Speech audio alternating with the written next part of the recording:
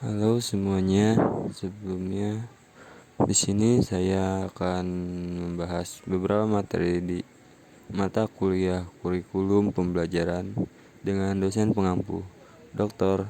Abdullah SPD MPD. Sebelumnya, Assalamualaikum warahmatullahi wabarakatuh. Perkenalkan, nama saya Fajrul Rahman, NPM 19106310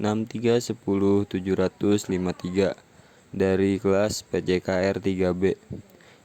Jika ingin lebih mengetahui tentang diri saya, bisa memfollow IG saya dengan @fajrulrh0_. Di kesempatan kemarin kita telah membahas tentang kurikulum pembelajaran, dan pada kesempatan kali ini saya akan membahas evaluasi kurikulum pembelajaran. Sebelumnya saya akan sedikit membahas apa itu evaluasi. Evaluasi adalah kegiatan penilaian dari sebuah acara atau kegiatan di mana para panitia atau pelaksana dapat menentukan apakah kegiatan itu berjalan lancar atau baik, ataukah kegiatan itu tidak sesuai dengan yang mereka harapkan. Langsung saja. Yang pertama adalah peran evaluasi. Input penentuan kebijakan dalam pengambilan keputusan kurikulum dan pengembangan kurikulum, serta pemegang kebijakan pendidikan. Yang pertama itu. Peran yang kedua adalah input bagi pelaksana kurikulum sebagai bahan evaluasi berhasil atau tidaknya proses PMB atau proses belajar mengajar yang dilaksanakan lembaga, antara lain adalah guru, kepala sekolah. Konsep evaluasi pembelajaran. Di sini ada 3 ahli yang telah menyampaikan pendapat mereka tentang konsep evaluasi pembelajaran. Yang pertama adalah Ralph W. Taylor tahun 1975, di mana proses evaluasi ini merupakan proses yang sangat esensial guna mengetahui apakah tujuan secara nyata telah direalisasikan. Yang kedua adalah Hilda Taba tahun 1962, adalah secara prinsipil yang menjadi fokus dari evaluasi adalah tingkatan di mana siswa mencapai tujuan. Yang ketiga ada Hasan tahun 1988.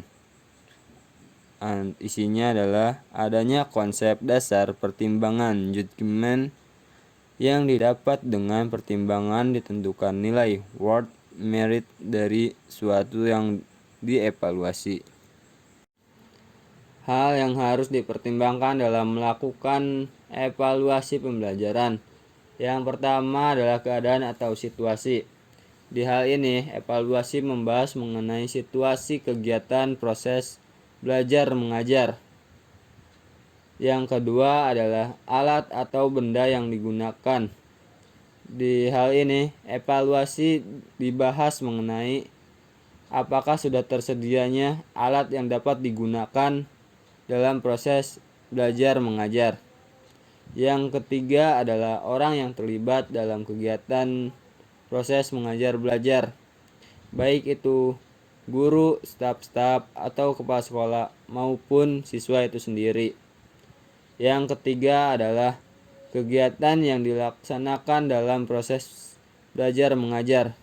Di sini membahas mengenai penyampaian materi atau proses praktikum yang sudah sesuai atau belum dengan yang telah ditentukan oleh kurikulum itu sendiri. Pada pembahasan selanjutnya adalah kriteria penilaian. Kriteria evaluasi menurut Morrison harus memenuhi persyaratan sebagai berikut. Yang pertama adalah relevan dengan kerangka rujukan atau tujuan evaluasi program kurikulum. Yang kedua adalah ditetapkan pada data deskriptif yang relevan dan menyangkut program atau kurikulum. Selanjutnya adalah konsep penting dalam kurikulum. Yang pertama adalah sebagai proses. Evaluasi adalah suatu proses, bukan suatu hasil atau produk. Hasil yang diperoleh dari kegiatan evaluasi adalah nilai dan arti evaluasi. Sedangkan kegiatan untuk sampai kepada pemberian nilai dan arti itu yang dinamakan evaluasi. Yang kedua adalah pertimbangan tentang nilai. Dilakukan apabila seorang evaluator memberikan pertimbangannya mengenai evaluasi tanpa menghubungkannya dengan sesuatu yang bersifat dari luar, internal pada diri evaluan. Yang ketiga atau yang terakhir adalah pertimbangan tentang arti, berhubungan dengan posisi peranan evaluasi tersebut dalam suatu konteks tertentu. Sekian saja yang dapat saya sampaikan. Kurang lebihnya mohon dimaafkan bila mana ada kesalahan kata, kesalahan pengetikan, atau kesalahan penyampaian yang telah saya perbuat, baik disengaja maupun tidak disengaja. Sekali lagi mohon dimaafkan. Wabillahi taufiq wal hidayah. Wassalamualaikum warahmatullahi wabarakatuh.